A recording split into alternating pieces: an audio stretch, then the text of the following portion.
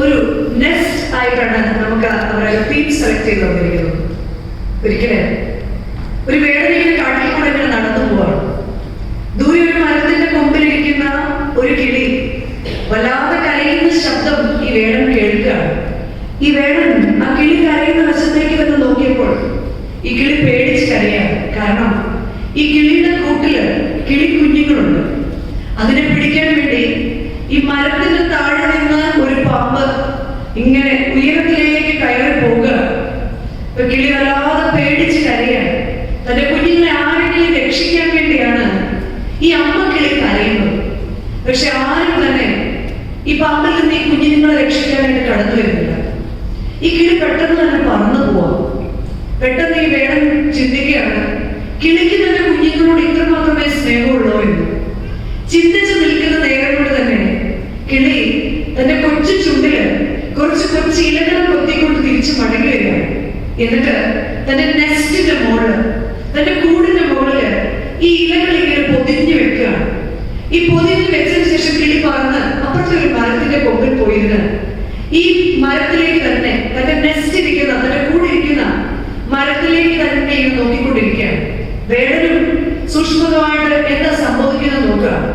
മുകളിലേക്ക് പോയ പാമ്പ് പോയതിനേക്കാൾ വേഗത്തിൽ ഇറങ്ങി ഓടി രക്ഷപ്പെടുന്നത് വേടൻ കണ്ടുകൊണ്ട് നിൽക്കാം. വേടൻ അദ്ദേഹത്തിന് ചിന്തിക്കുകയാണ്, ബലശാലിയായ തന്ത്രശാലിയായ പാമ്പ് എന്താണ് ഇരയെ ഇട്ടിട്ട് ഭക്ഷിക്കാതെ ഇറങ്ങി ഓടുന്നത് എന്ന്. ഈ പാമ്പ് പോയി എന്ന് ഉറപ്പ് വരുത്തിയപ്പോൾ ഈ കിളി പറന്ന് തന്റെ കൂട്ടിലേക്ക് തിരികെ ചെല്ലുകയാണ്. എന്നിട്ട് തന്റെ കൊച്ചു ചുണ്ടിലെ ഇലകളൊക്കെ കൊത്തി താഴെ ഇടുകയാണ്. ഇലകളൊക്കെ കൊത്തി താഴെ ഇട്ട് തന്റെ കൊച്ചു കുഞ്ഞുങ്ങളോട് സംസാരിച്ചുകൊണ്ടിരിക്കുമ്പോൾ വേടനും നടന്ന് ആ മരത്തിന്റെ താഴേക്ക് ചെല്ലാം. വേടനെ ചുറ്റും നോക്കുക, എന്തായിരിക്കും ഈ കിളിക്കുഞ്ഞിനെ രക്ഷിക്കാൻ വേണ്ടി ചെയ്തത്. വേടന്റെ കണ്ണില് ആ താഴെ കൊത്തിയിട്ട് ഇലകളല്ലാതെ മറ്റൊന്നും കണ്ടില്ല. വേടൻ പെട്ടെന്ന് തന്നെ ഇലകൾ തന്നെ കയ്യിലെടുത്തു. കയ്യിലെടുത്തപ്പോൾ തന്നെ അതിൽ നിന്നൊരു ഗന്ധം വരുന്നുണ്ടായിരുന്നു. ഒരു ഡിഫറെന്റ് ആയ ഒരു മണം അതിൽ നിന്ന് വരുന്നുണ്ടായിരുന്നു.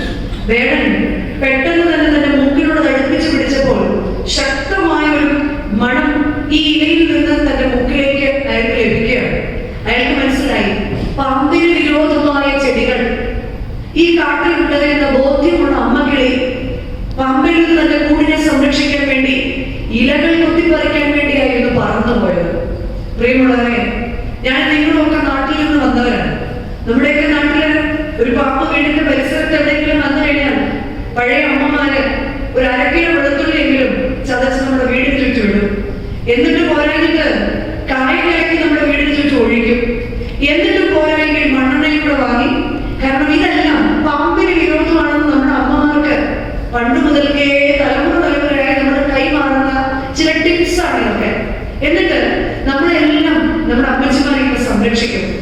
ഇതുപോലെ വിശ്വാസ ജീവിതത്തില് ഞാനും നിങ്ങളുമായിരിക്കുമ്പോൾ കർത്താവ് തന്നിരിക്കുന്ന ഓരോ കൂടുകളാണ് നമ്മുടെ ഓരോരുത്തരുടെയും കുടുംബങ്ങൾ.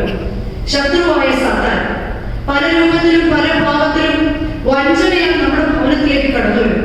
ചിലരുടെ ഭവനത്തിൽ സമാധാനമില്ലായ്മയായിരിക്കാം, ചിലരുടെ ഭവനത്തിൽ ആരോഗ്യത്തിന്റെ പ്രശ്നങ്ങളായിരിക്കാം, ചിലരുടെ ഭവനത്തിൽ കലഹങ്ങളായിരിക്കാം, ഓരോരുത്തരുടെയും ജീവിതത്തിൽ ചിലപ്പോൾ ജോലിയില്ലായ്മയായിരിക്കാം, ചിലർക്ക് പരസ്പരം ചേരാത്ത സ്വഭാവമായിരിക്കാം.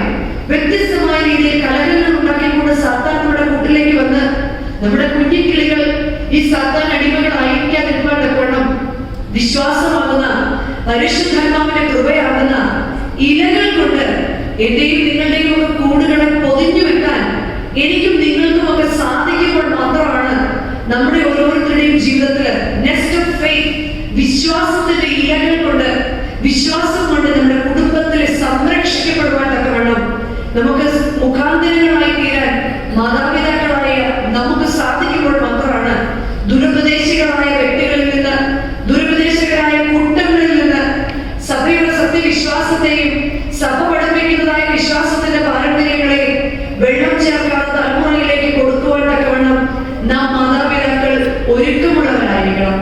ഇന്നത്തെ ചിന്തയ്ക്കായിട്ട് യൂദായുടെ ലേഖനം, വിശുദ്ധ യൂദായുടെ ലേഖനം 1-ാം അധ്യായം 17 മുതൽ 23 വരെ വായിച്ചു കേട്ടു. അതിന്റെ 20-ാമത്തെ വാക്യം, നിങ്ങളോ പ്രിയമുള്ളവരെ നിങ്ങളുടെ അതിവിശുദ്ധ വിശ്വാസത്തെ ആധാരമാക്കി നിങ്ങൾക്ക് തന്നെ ആത്മീയ വർദ്ധനവ് പരിശുദ്ധാത്മാവിൽ പ്രാർത്ഥിച്ചും നിത്യജീവനായി നമ്മുടെ കർത്താവായ യേശുക്രിസ്തുവിന്റെ കരുണയ്ക്കായി കാത്തിരിക്കുന്നതുകൊണ്ടും ദൈവസ്നേഹത്തിൽ നിങ്ങളെ തന്നെ സൂക്ഷിച്ചുകൊള്ളുവിൻ.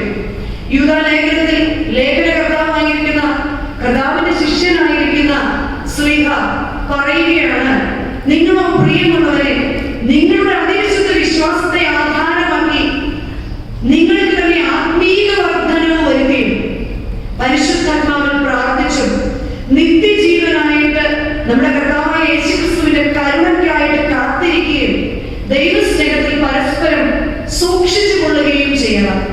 യൂദായുടെ ലേഖനം ആദിമ സഭയിൽ ദുരുപദേശക്കാരുടെ കടന്നുവരവിന്റെ സമയത്ത് കർത്താവിന്റെ ശിഷ്യനായ യൂദ, ആരാണ് യൂദ എന്ന് പറയുമ്പോൾ നമ്മുടെ മനസ്സിലേക്ക് ആദ്യം വരുന്നത് കർത്താവിന്റെ ശിഷ്യനായ ഇസ്കരിയോത്ത യൂദയെ കുറിച്ചാണ്. പക്ഷേ വിശുദ്ധ യോഹന്നാന്റെ സുവിശേഷം 14-ാം അധ്യായത്തിന്റെ 22-ാമത്തെ വാക്യത്തിലും വിശുദ്ധ ലൂക്കോസിന്റെ സുവിശേഷം 6-ാം അധ്യായത്തിന്റെ 16-ാം വാക്യത്തിലും കർത്താവിന്റെ ശിഷ്യനായ യൂദയെ കുറിച്ചും ഇസ്കരിയോത്തോ അല്ലാത്ത യൂദ എന്നും യാക്കോബിന്റെ സഹോദരനായ യൂദ എന്നുമൊക്കെ ഈ സ്ലീഹായെ കുറിച്ച് വിശുദ്ധ വേദപുസ്തകം സുവിശേഷ ഭാഗങ്ങളിൽ ഓർമ്മിപ്പിക്കുന്നുണ്ട്. വീണ്ടും കാണാൻ സാധിക്കും, കർത്താവിന്റെ കുരിശിന്റെ ചുവട്ടിൽ അമ്മ മറിയമല്ലാതെ മറ്റൊരു മറിയം എന്ന് പറയുന്നുണ്ട്. ആ മറിയത്തിന്റെയും ക്ലെയോഫാവിന്റെയും മകനാണ് യൂദ. വിശുദ്ധ യൂദയുടെ ലേഖനം അടിസ്ഥാനപരമായി വിശ്വാസികളോട് പറയുകയാണ്, തെറ്റായ ഉപദേശങ്ങൾക്കെതിരെ ഉറച്ചു നിൽക്കാൻ ഈ ശക്തിയുള്ള ഒഴുക്കിന്റെ കാലത്ത് നമുക്ക് സാധിക്കണം.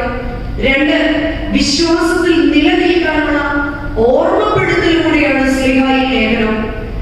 ഒത്തിരി ലേഖനങ്ങളൊക്കെ ഇല്ലാത്തത് കൊണ്ട് വിശുദ്ധ യൂദയുടെ ലേഖനം ഇങ്ങനെ വേദപുസ്തകത്തിന്റെ അവസാനത്തിന്റെ ഒരു താളായിട്ട് ഒതുങ്ങിപ്പോയിരിക്കുക അല്ലെ. വിശുദ്ധ വേദപുസ്തകത്തിലെ സെക്കൻഡ് ലാസ്റ്റ് ആയിട്ട് കിടക്കുന്ന ഒരു ലേഖനം മാത്രമാണിത്.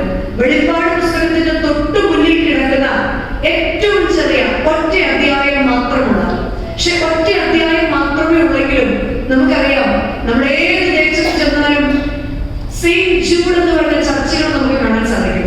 സൺഡേയുടെ സ്റ്റുഡൻസ് ഹോമിനെ കുറിച്ച് കാണിച്ചപ്പോൾ നമ്മുടെ സ്ക്രീനിൽ കണ്ടു Saint Jude child care centre അല്ലെ, സഭയുടെ സെയിന്റ് ജൂഡ്. ഞാൻ പെട്ടെന്ന് ഇങ്ങനെ ചിന്തിച്ചു, സെയിന്റ് ജൂഡ് എന്ന വാക്ക് നമുക്ക് വളരെ സുപരിചിതമാണ്. ഒറ്റ ലേഖനം മാത്രം എഴുതി ഇന്നും വിശ്വാസികൾക്ക് വലിയ പ്രബോധനം കൊടുക്കുവാൻ കർത്താവിന്റെ ശിഷ്യനായ യൂദായ്ക്ക് സാധിക്കുകയാണ്. യൂദ തദ്ദേവൂസ് എന്നാണ്, തദ്ദായി. ആ യൂദയെ കുറിച്ച് വിശുദ്ധ വേദപുസ്തകം പറയുന്നത്. വിശുദ്ധ യൂദയുടെ ലേഖനം 1-ാം അധ്യായത്തിന്റെ 17 മുതലുള്ള വാക്യങ്ങളിൽ നമ്മെ ഓർമ്മിപ്പിക്കുന്നത് 4 കാര്യങ്ങളാണ്. ഒന്നാമതായിട്ട് പറയുകയാണ്, കേട്ട ഉപദേശങ്ങൾ ഓർമ്മിൻ. പിതാക്കന്മാരായിട്ട് അപ്പോസ്തലന്മാരിൽ നമ്മുടെ പിതാക്കന്മാർക്ക് കൈമാറി കിട്ടിയ ആ നല്ല വിശ്വാസത്തെ നിങ്ങൾ ഓർമ്മിൻ. രണ്ടാമതായിട്ട് പറയുകയാണ്, അന്ത്യകാലത്ത് ഭക്തികെട്ട മോഹങ്ങളെ അനുസരിച്ച് നടക്കുന്ന പരിഹാസികൾ ഉണ്ടാകുമെന്ന് അവർ നിങ്ങളോട് പറഞ്ഞുവല്ലോ.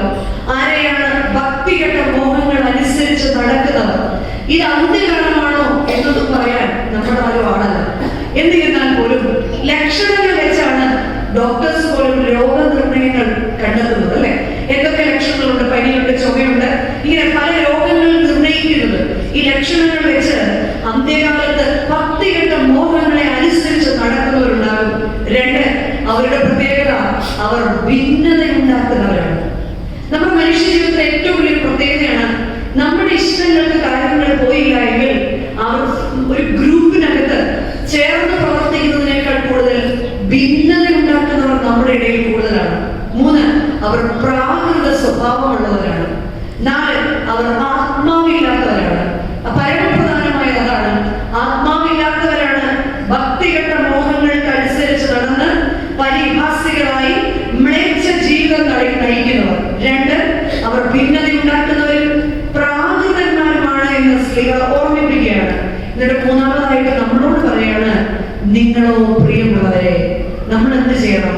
നമ്മൾ അവരുടെ മുന്നിൽ അവരെല്ലാം അങ്ങനെയാണ്, അതുകൊണ്ടാണ് അവർ പള്ളി വരാത്തത്, അതുകൊണ്ടാണ് അവർ പ്രയർ ഗ്രൂപ്പിൽ വരാത്തത് ഇത് പറഞ്ഞുകൊണ്ട് നടക്കാനല്ല നമ്മളോട് പറയുന്നത്. നമ്മളോട് പറയാണ്, നിങ്ങളുടെ അതിവിശുദ്ധ വിശ്വാസത്തെ ആധാരമാക്കിയിട്ട് സകലത്തിലും സ്വയം ആത്മീക വർധനവ് വരുത്തുവാൻ. എന്റെ ആത്മീയത അല്ലെ, ഇന്നലേക്കാൾ ഇന്ന് എന്റെ ആത്മീയതയെ വർദ്ധിപ്പിക്കുവാൻ, ദൈവത്തോട് ഒരുപടി അടുത്ത് ചെല്ലുവാൻ എന്റെ പ്രാർത്ഥനയിലും എന്റെ പ്രവൃത്തിയിലും എനിക്ക് സാധിച്ച ഞാൻ ഈ തലമുറയുടെ മുമ്പിൽ മാതൃകയുള്ളവരായി തീരണം. 2, പരിശുദ്ധാത്മാവിൽ പ്രാർത്ഥിക്കാൻ എന്റെ പ്രാർത്ഥനകൾ ദൈവാത്മാവിന്റെ സംസർഗമുള്ളതായി തീരണം. 3, നിത്യജീവനായിട്ട് നമുക്കെല്ലാം കർത്താവ് ഓഫർ ചെയ്തിരിക്കുന്നത് നിത്യജീവനാണ്. നിത്യജീവൻ വേണ്ടാത്ത ആരെങ്കിലും ഇവിടെ ഇരിക്കുന്നു? എനിക്ക് നിത്യജീവൻ വേണ്ട. കർത്താവ് പറഞ്ഞിട്ടുണ്ട്, കൈപ്പണിയല്ലാത്ത സ്വർഗീയ ഭവനം ഞാൻ നിങ്ങൾക്കായിട്ട് ഒരുക്കി വെച്ചിട്ടുണ്ട്. അവിടെ മരതകവും മാണിക്യവും ഉണ്ട്, ജീവജല നദി ഒഴുകുന്നുണ്ട്. വേണ്ടാത്ത ആരെങ്കിലും ഉണ്ടോ നമ്മുടെ കൂട്ടത്തിൽ? ഒരാളെങ്കിലും എനിക്ക് വേണ്ട ചേ അല്ല, നമുക്ക് എല്ലാവർക്കും വേണം. നിന്നെ മറിച്ചൊരു ചോദ്യം ചോദിക്കട്ടെ. ഇന്ന് രാത്രി കർത്താവ് പറയാണ്, ഞാൻ നിന്നെ വിളിക്കുന്നു, ഞാൻ നിത്യജീവൻ തരാം. ആരെങ്കിലും പോകാൻ തയ്യാറാണോ? മരിക്കാൻ തയ്യാറാണോ? ആരും മരിക്കാൻ തയ്യാറല്ല. കാരണം നിത്യജീവനേക്കാൾ പ്രധാനം നമുക്ക് പലപ്പോഴും. എന്നാൽ എങ്ങനെയാണ് നിത്യജീവൻ ലഭിക്കുന്നത്? റോമാലേഖനം 6:20 പറയുന്നു, പാപത്തിൽ നിന്ന് സ്വാതന്ത്ര്യം ലഭിക്കുമ്പോൾ നമുക്ക് ലഭിക്കുന്നത് വിശുദ്ധീകരണവും അതിന്റെ അന്തം നിത്യജീവനുമാകുന്നു. പാപത്തിൽ നിന്ന് സ്വാതന്ത്ര്യം പ്രാപിച്ച് ജീവിക്കുവാൻ, പാപത്തിന്റെ പ്രലോഭനങ്ങളിൽ വീഴാതെ ജീവിക്കുവാൻ നമുക്ക് സാധിക്കുമ്പോൾ മാത്രമാണ് നിത്യജീവൻ നമുക്ക് അവകാശമായി ലഭിക്കുന്നത്. വീണ്ടും എങ്ങനെ മാതൃകയാണെന്ന് 4 പറയാണ്, ദൈവ സ്നേഹത്തിൽ നിങ്ങളെ തന്നെ സൂക്ഷിപ്പിൻ. അല്ലെ? ദൈവ സ്നേഹത്തിലൂടെയല്ല കാണുവാൻ, സ്നേഹത്തിൽ തന്നെയല്ല. നമ്മൾ പാടാറില്ലേ, സ്നേഹത്തിൽ കൂടെ എല്ലാം കാണുവാൻ, ദൈവ സ്നേഹത്തിൽ തന്നെ എല്ലാം ചെയ്യുവാൻ, എന്നിൽ നിൻ സ്വഭാവം പകരണമേ, ദിവ്യ തേജസ്സാലെ നിറയ്ക്കണമേ, എന്നിൽ നിൻ സ്വഭാവം പകരണമേ, ദിവ്യ തേജസ്സാലെ നിറയ്ക്കണമേ.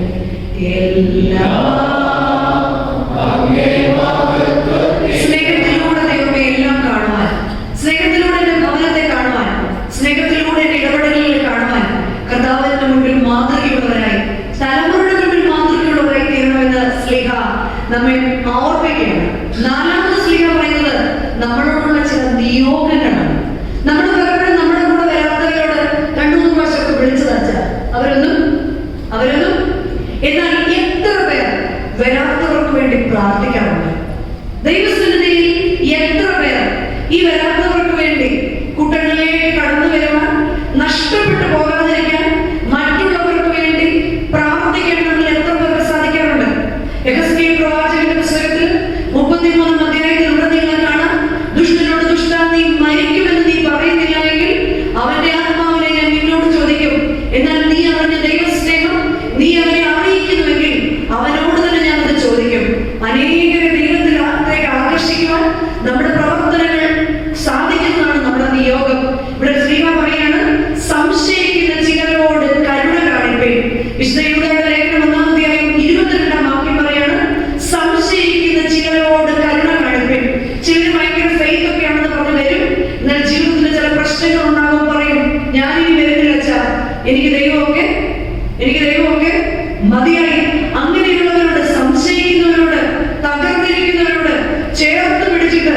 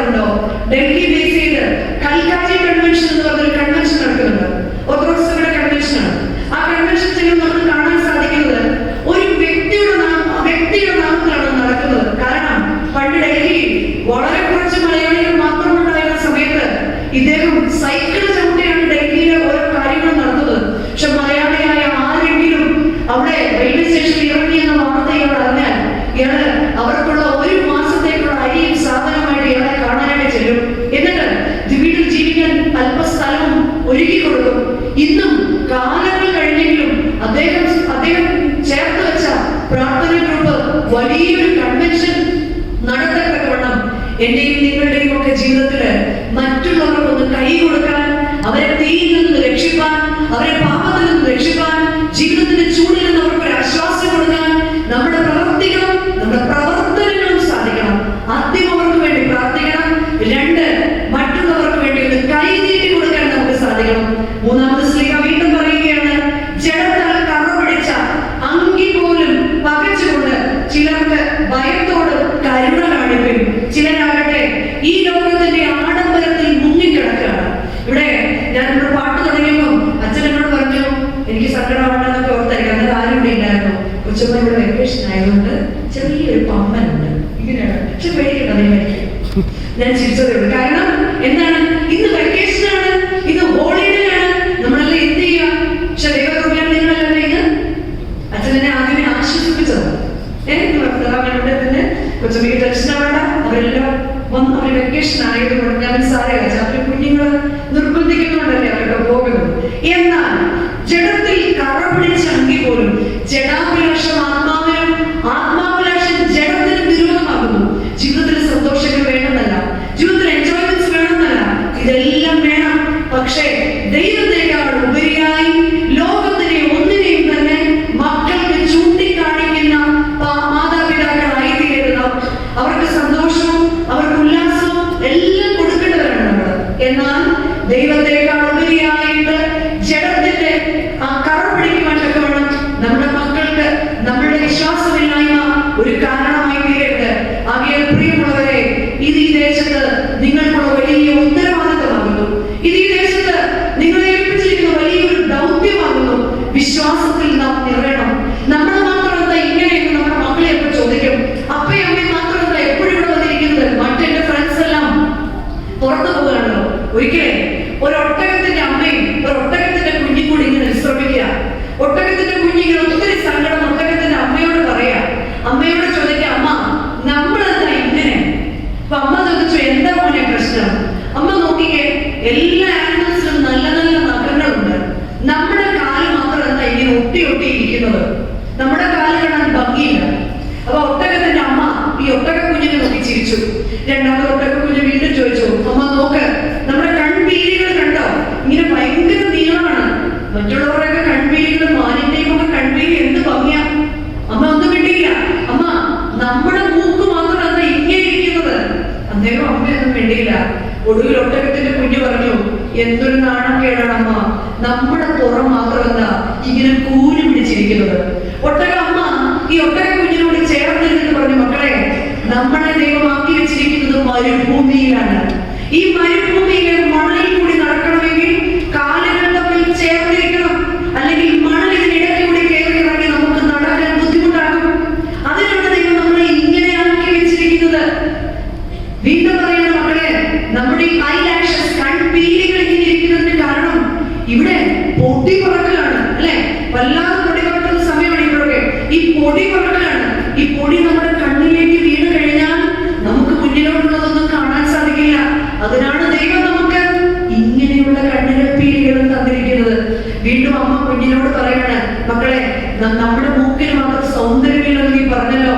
ഇങ്ങനെയുള്ള മൂക്ക്, ഇങ്ങനെ വളഞ്ഞിരിക്കുന്ന മൂക്കില്ലായിരുന്നെങ്കിൽ ഈ പൊടി മുഴുവൻ ശ്വസിച്ച് നമ്മുടെ ജീവിതം വലിയ ദുസ്സഹമായി തീരും.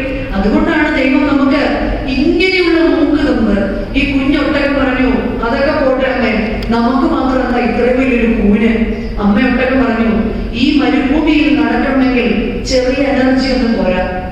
ഈ മരുഭൂമിയിൽ പൊരുകണമെങ്കിൽ കുറച്ച് എനർജി ഒന്നും പോരാ. ഈ എനർജി മുഴുവൻ സ്റ്റോർ ചെയ്യുന്ന സ്റ്റോറേജ് ആണ് നമ്മുടെ പുറകിലുള്ള ഈ വലിയ ഹമ്പ്. അതുകൊണ്ട് നമ്മുടെ ദൈവം സൃഷ്ടിച്ചിരിക്കുന്നത് ഈ മണലിൽ കൂടി നടക്കാൻ പ്രാപ്തരായിട്ടാണ്. ഈ മണൽ കണ്ണിൽ പൊടി പോകാതെയും മൂക്കിൽ പൊടി കയറാതെയും നമ്മുടെ എനർജിയെ മുഴുവൻ സംരക്ഷിച്ചുകൊണ്ടാണ് ദൈവം നമ്മളെ ഓരോരുത്തരെയും ഇവിടെ ആക്കിയിരിക്കുന്നത്. ആക്കിയാൽ പ്രിയമുള്ളവരെ, നമ്മളെല്ലാം ആയിരിക്കുന്ന കൊല്ലത്തു നിന്നും കൊട്ടാരക്കരയിൽ നിന്നും ചെങ്ങന്നൂരിൽ നിന്നും തിരുവല്ലയിൽ നിന്നും എറണാകുളത്തു നിന്നും ഒക്കെ എന്നെ നിങ്ങളെ ഇവിടെ കൊണ്ടുവന്നിട്ടുണ്ടെങ്കിൽ ദൈവത്തിനൊരു ഉദ്ദേശമുണ്ട്, ദൈവത്തിനൊരു പദ്ധതിയുണ്ട്. നമ്മുടെ മക്കളോട് പറയണം, മറ്റുള്ളവരെ പോലെയല്ല ഭക്തികളുടെ ജനത്തിന്റെ മുന്നിൽ അവർക്ക് വേണ്ടി ഇടുവിൽ നിന്ന് പ്രാർത്ഥിക്കാൻ. എന്നാൽ നമ്മുടെ മക്കൾ പലപ്പോഴും കാണുന്ന നമ്മുടെ പ്രാർത്ഥന, ഞാനും എന്റെ സാറാമയും എന്റെ പിള്ളേരും എന്ന് പറഞ്ഞ് ഒതുങ്ങി തീരുന്ന ഒരു പ്രാർത്ഥനയാണ്. എന്നാൽ വിശാലമായ ലോകത്തില് ജോലി നഷ്ടപ്പെട്ടവർ നമ്മുടെ അടുത്ത് വന്ന് പറയണം പ്രാർത്ഥിക്കാൻ. കഷ്ടത്തിലായിരിക്കുന്നവർ, രോഗത്തിലായിരിക്കുന്നവർ, അവർക്ക് വേണ്ടിയെല്ലാം വിടുവിൽ നിന്ന് പ്രാർത്ഥിക്കാൻ ദൈവജനത്തിന് സാധിക്കുമ്പോൾ മാത്രമാണ് ദുരുപദേശക്കാരെ അതിജീവിച്ച് നമുക്ക് ലഭിച്ചിരിക്കുന്ന വിശ്വാസത്തിനെ വർദ്ധിപ്പിക്കാൻ നമുക്ക് സാധിക്കുന്നത്. അതുകൊണ്ട് നാം വല്ലപ്പോഴും ഒഴുകി പോകാതിരിക്കേണ്ടതിന് കേട്ടതിനെ അധികം ശ്രദ്ധയോടുകൂടി കരുതിക്കൊള്ളുക ആവശ്യമാകുന്നുവെന്ന് എബ്രായ ലേഖനം 2-ാം അധ്യായത്തിന്റെ 1-ാം വാക്യത്തിൽ ശ്ലീഹ പറയുന്നുണ്ട്. അതുകൊണ്ട് നാം വല്ലപ്പോഴും ഒഴുകി പോകാതിരിക്കേണ്ടതിന് എബ്രായ ലേഖനം 2-ാം അധ്യായം 1-ാം വാക്യം പറയുകയാണ്, അതുകൊണ്ട് നാം വല്ലപ്പോഴും ഒഴുകി പോകാതിരിക്കേണ്ടതിന്. നമ്മുടെ പ്രത്യേകതയാണ്, നമ്മൾ ഒഴുക്കിനൊത്ത് ജീവിക്കുന്നവരാണ്, പക്ഷെ ഒഴുക്കിനെതിരെ നീന്തുന്നവരെയാണ് സത്യവിശ്വാസികൾ എന്ന് പറയുന്നത്. ഒഴുക്കിനെതിരെ നീന്താൻ നമുക്ക് സാധിക്കുന്നുണ്ടോ? ഒഴുക്കിനൊത്ത് ഒഴുകി പോകുകയല്ല, എന്നാൽ ദൈവസന്നിധിയിൽ ഒഴുക്കിനെതിരെ നീന്തി നാം ഒഴുകി പോകാതെ പിടിച്ചു നിൽക്കണം. അത് കരുതിക്കൊള്ളുന്നത് വളരെ ആവശ്യമാകുന്നു എന്ന് പറയുകയാണ്. കാരണം ദൈവ അടയാളങ്ങളാലും അത്ഭുതങ്ങളാലും വിവിധ രീതി പ്രവൃത്തികളാലും തന്റെ ഇഷ്ടപ്രകാരം പരിശുദ്ധാത്മാവിനെ നമുക്കായിട്ട് നൽകി സാക്ഷി തന്നതും കേട്ടവർ നമുക്ക് ഉറപ്പിച്ചു തന്നതുമായ, നമ്മുടെ പിതാക്കന്മാർ നമുക്ക് ഉറപ്പിച്ചു തന്നതുമായ ഇത്ര വലിയ രക്ഷ നാം ഗണ്യമാക്കാതെ പോയാൽ എങ്ങനെ നാം തെറ്റിയൊഴിയും? നമുക്ക് അറിയില്ല എന്ന് പറഞ്ഞിട്ട് കാര്യമില്ല. അങ്ങനൊന്നും ഞങ്ങൾക്ക് അറിയാൻ വയ്യായിരുന്നു. അജ്ഞത ഉണ്ടായിരുന്ന കാലത്ത് വേദപുസ്തകം പോലും വായിക്കാൻ അറിയാത്ത പൂർവികർ നമുക്കുണ്ടായിരുന്നു. അന്ന് ചാണകം മെഴുകിയ തറയിലും ഓലമേന വീട്ടിലൊക്കെ നമ്മുടെ പൂർവികര്, അവർക്കൊന്നുമില്ലായിരുന്നെങ്കിലും പ്രഭാതത്തിലും സന്ധ്യയിലും ഒന്നിച്ചിരുന്ന് അവർ മുട്ടിന്മേലിൽ പ്രാർത്ഥിക്കുന്ന അപ്പനും അമ്മയും ഒക്കെ ആയിരുന്നു നമ്മുടെ ധൈര്യം, അല്ലെ? വീട്ടിൽ പ്രായമുള്ള ഒരപ്പനും അമ്മയും ഉണ്ടെങ്കിൽ അവരെത്ര വയ്യാതാണെങ്കിലും തങ്ങളുടെ മക്കളെ കുറിച്ചൊക്കെ കരഞ്ഞ് പ്രാർത്ഥിക്കുന്നവരാ, അല്ലെ? കരഞ്ഞ് പ്രാർത്ഥിക്കുന്നവരാ. ഇന്നലെ കൂടി ഞങ്ങൾ സംസാരിച്ചു പറഞ്ഞു, ഞാനെല്ലാം എന്റെ അമ്മയെ ഏൽപ്പിക്കും, എന്റെ അമ്മ എനിക്ക് വേണ്ടി പ്രാർത്ഥിക്കും. ഞാൻ എഴുന്നേറ്റ് നിൽക്കുമ്പോൾ എന്റെ അമ്മ എനിക്ക് വേണ്ടി അവിടെ നിന്ന് ഇരുന്ന് പ്രാർത്ഥിക്കും. എന്നാൽ നമ്മളിൽ എത്ര മാതാപിതാക്കൾക്ക് അങ്ങനെ മക്കളെ വിടുവിൽ നിന്ന് പ്രാർത്ഥിക്കാൻ ഞാനുണ്ട് എന്ന് പറയുന്ന ധൈര്യം നിങ്ങൾ ഇടത്തോട്ടോ വലത്തോട്ടോ പോകുമ്പോൾ ദൈവത്തിന്റെ പരിശുദ്ധാത്മാവ് വഴി കാണിക്കാൻ തക്കവണ്ണം ഞാൻ ഇവിടെ ഇരുന്ന് പ്രാർത്ഥിക്കുമെന്ന് നമ്മുടെ മക്കൾക്ക് ധൈര്യം കൊടുക്കുന്ന നല്ല മാതാപിതാക്കളാകാൻ നമുക്ക് സാധിക്കണം. അതുകൊണ്ട് കേട്ടവർ നമുക്ക് ഉറപ്പിച്ചു വന്നിരിക്കുന്ന വലിയ രക്ഷ നമ്മുടെ ആദ്യ ദിവസം തന്നെ പറഞ്ഞു. എന്താ നമ്മുടെ നിയോഗം? കണക്ടേഴ്സ് ആയി തീരുക എന്നാണ് നമ്മുടെ നിയോഗം. ഈ മൈക്കിൽ കൂടെ സൗണ്ട് കേൾക്കുന്നുണ്ടെങ്കിൽ തീർച്ചയായിട്ടും ഇതിന് കറണ്ടുമായിട്ടൊരു കണക്ഷൻ ഉണ്ട്, അല്ലെ? കറണ്ടുമായിട്ടുള്ള കണക്ഷൻ നേരിട്ട് അവിടുന്ന് പറന്നു വരികയല്ല, മറിച്ച് കണക്ട് ചെയ്തിരിക്കുകയാണ് ഇത് ചെയ്യുന്നത്. അതുപോലെ ദൈവവുമായിട്ടുള്ള നല്ല കണക്ഷൻ ഒരു പവർ ബാങ്ക് പോലെ നമ്മുടെ മക്കൾ തളർന്നു പോകുമ്പോൾ, ആത്മീയതയിൽ മടുത്തു പോകുമ്പോൾ പവർ ആക്കുവാൻ തക്കവണ്ണം നമ്മുടെ ഓരോരുത്തരുടെയും പ്രാർത്ഥനയാണ് നമ്മുടെ ചാർജിങ് സ്റ്റേഷൻ, അല്ലെങ്കിൽ നമ്മുടെ ചാർജിങ് പോയിന്റ് എന്ന് പറയുന്നത് നമ്മുടെ ഓരോരുത്തരുടെയും പ്രാർത്ഥനയാണ്. രണ്ടാമത് പറയുകയാണ്, ഈ രക്ഷ ഗണ്യമാക്കാതെ പോയാൽ. ഏതാണ് ഈ രക്ഷ? കർത്താവ് തമ്പുരാൻ ക്രൂശിൽ നമുക്കായിട്ട് നേടിത്തന്ന രക്ഷ. പരിശുദ്ധ ഈ കുർബാന ആരംഭിക്കുന്നതിന് മുൻപ് മരണത്തിന്റെ അധികാരിയായ പിശാചിനെ എങ്ങനെയാണ് തോൽപ്പിച്ചെന്ന് നമ്മൾ ചൊല്ലിയിട്ട് കുർബാന ചെയ്യുന്നത്? ആദ്യമായിട്ടുള്ള തന്നെയാണ് എല്ലാ ആഴ്ചയും കേൾക്കുന്നത്. എങ്ങനെയാണ്? ചവിട്ടി താഴ്ത്തിക്കൊണ്ട്. എബ്രായ ലേഖനം 2-ാം അധ്യായം അതിന്റെ 15-ാമത്തെ വാക്യത്തിൽ പറയുന്നുണ്ട്, 14-ാം വാക്യം അവസാനം പറയുന്നുണ്ട്, മരണത്തിന്റെ അധികാരിയായ പിശാചിനെ, പാട്ട് പഠിച്ചപ്പോ മനസ്സിലാവുമായിരിക്കും, മരണാധികാരി ആയിരുന്ന ഘോരനാം പിശാചിനെ മരണത്തിനാലെ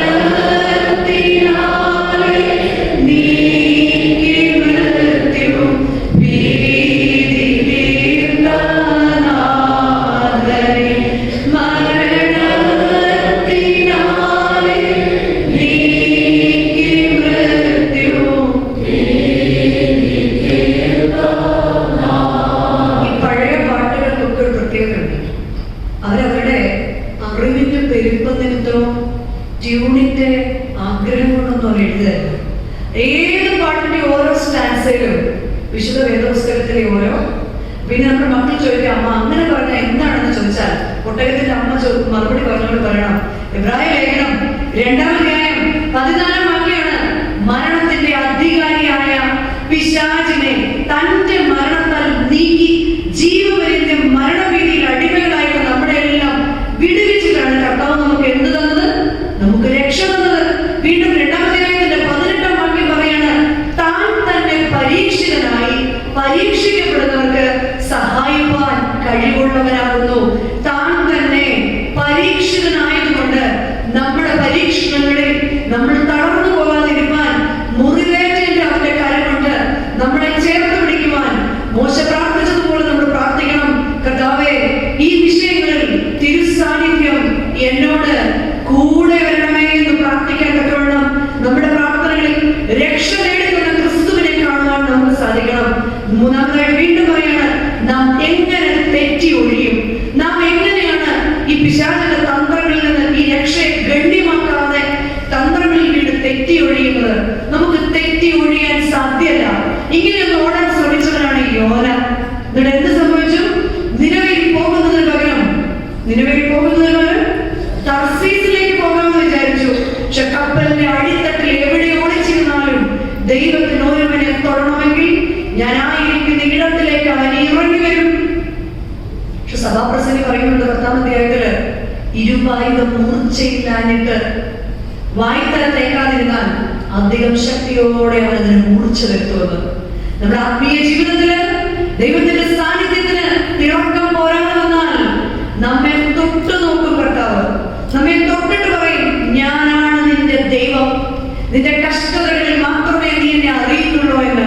ഇവിടെ സങ്കീർത്തനക്കാരൻ 139-ാം സങ്കീർത്തനത്തിൽ പറയാണ്, ഞാൻ ഇരിക്കുന്നതും എഴുന്നേൽക്കുന്നതും നീ അറിയുന്നു. വീണ്ടും നിന്റെ ആത്മാവിനെ ഒളിച്ച് ഞാൻ എവിടേക്ക് പോകും? യോനെ എടുത്ത് മത്സ്യത്തിന്റെ വയറ്റിലേക്ക് എറിഞ്ഞപ്പോഴും മത്സ്യത്തിന്റെ വയറിനുള്ളിലും സംരക്ഷിച്ച ഇന്ന് പല മത്സ്യങ്ങളുടെയും ഉള്ളിലാണ് പലതും അവിടെ വന്ന് പെട്ടുപോയത് കൊണ്ട് മത്സ്യത്തിന്റെ ഉള്ളിൽ കിടന്ന് അയ്യം വിളിക്കുന്നത് കളയാൻ പറ്റുമോ? വീട് പണികൾ തീർന്നതിന്റെ ലോൺ തീർന്നിട്ടില്ല, കുഞ്ഞുങ്ങളെ പഠിപ്പിക്കുന്നതിന്റെ കടം തീർന്നിട്ടില്ല, കുഞ്ഞുങ്ങൾ ഇന്ന സ്ഥലത്ത് എത്തിയിട്ടില്ല, ഇപ്പോഴേ റിട്ടയർമെന്റ് എടുക്കാൻ ആയിട്ടില്ല. അതുകൊണ്ട് പല മത്സ്യത്തിന്റെ അകത്തിരുന്ന് അയ്യം വിളിച്ചുകൊണ്ടിരിക്കുക. അവിടെ നിന്ന് പുറത്തു കൊണ്ടുവന്ന് ദിനം പ്രതി അനുഗ്രഹിച്ച് നമ്മളെ ബ്ലസ് ചെയ്യുന്ന ഒരു കർത്താവുണ്ട്. ഈ യോന നിനവയോട് പ്രസംഗിച്ചതിന് ശേഷം ആവണക്കിന്റെ ചുവട്ടിൽ പോയിരുന്നു. നമ്മളിതുപോലെ ചില സമയത്ത് പ്രാർത്ഥിച്ചൊക്കെ കാര്യങ്ങൾ കിട്ടിക്കഴിയുമ്പം നമുക്ക് ദൈവം തന്ന ഭൗതികമായ ആവണക്കിനാൽ അടിയിൽ സുഖമായിട്ട് ഇരിക്കാമെന്ന് വിചാരിക്കും. അപ്പോഴാണ് അടുത്ത പ്രശ്നം ജീവിതത്തിലേക്ക്. പ്രശ്നങ്ങളുടെ ഒരു ഘോഷയാത്രയാണ് സത്യം പറഞ്ഞാൽ എന്ത്. ഞങ്ങൾ സ്കൂളിൽ പറയും, പ്രശ്നങ്ങൾ ഇസ് ലൈക്ക് മാത്സ് ടീച്ചേഴ്സിനെ പോലെയാണ്. സമയവും സ്ഥലവും സന്ദർഭമൊന്നുമില്ലാതെ അവർ എന്ത് ചെയ്യും? ക്ലാസ്സുകളിലേക്ക് കയറി വരും. വരുമ്പോൾ തൊട്ട് പ്രോബ്ലംസ് ഇങ്ങനെ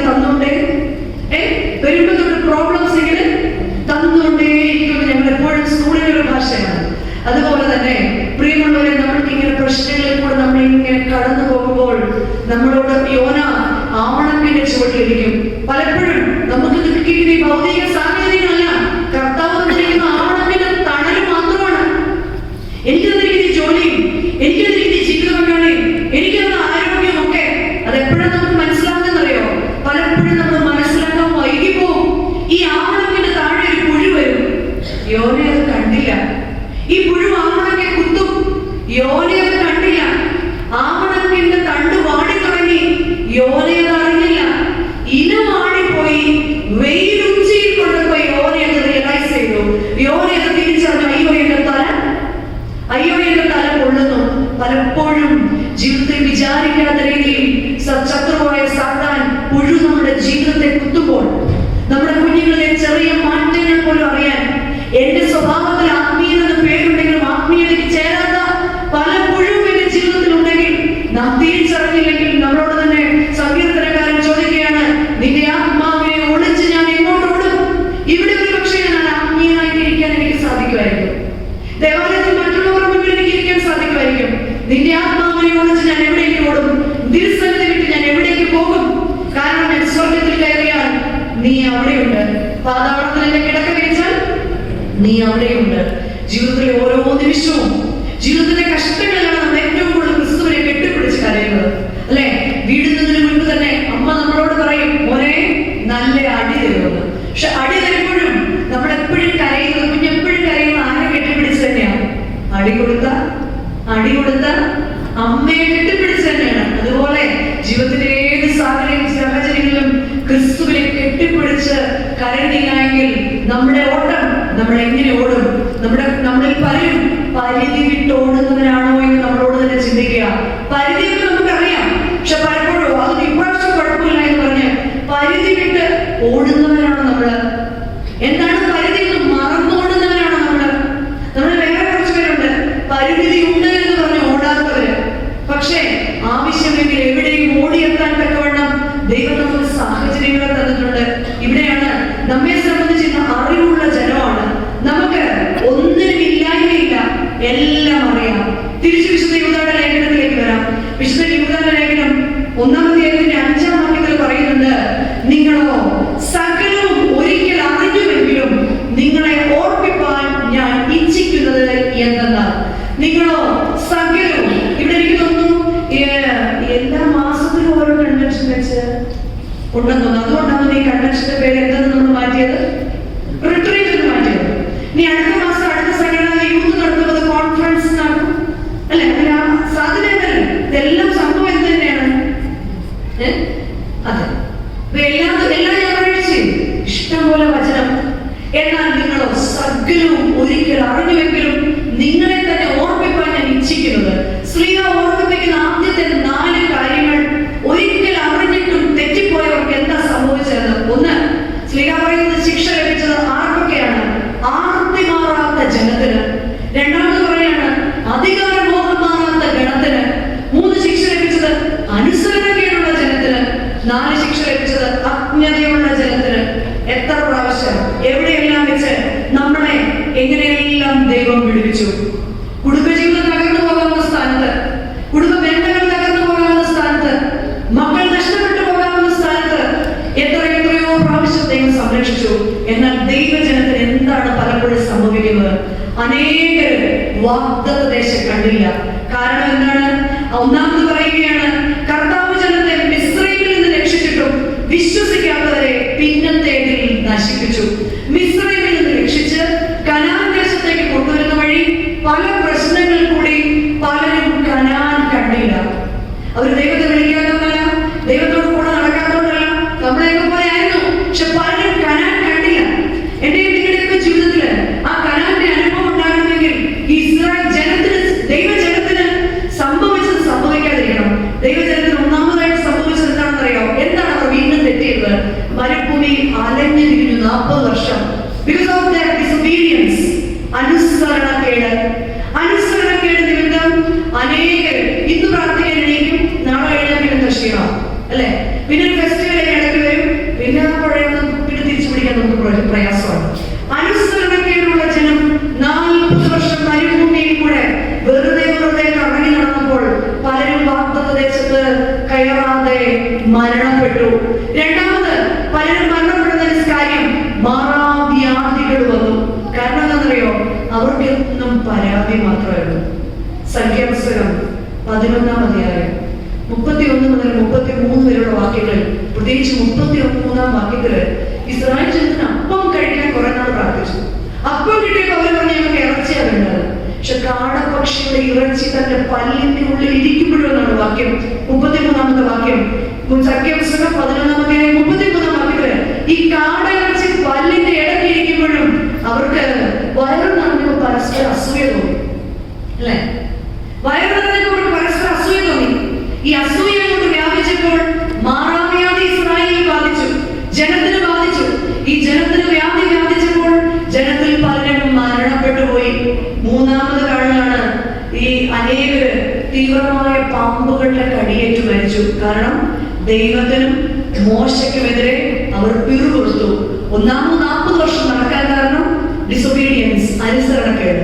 2 മാറാവ്യാധികൾ വരാൻ കാരണം they complain against God. എപ്പോഴും കംപ്ലൈന്റ് പറഞ്ഞുകൊണ്ടിരും, അല്ലെ? പരാതിപ്പെട്ടിയ, അല്ലെ? നമ്മൾ കണ്ടില്ലേ കുഞ്ഞു പിള്ളേരെയൊക്കെ?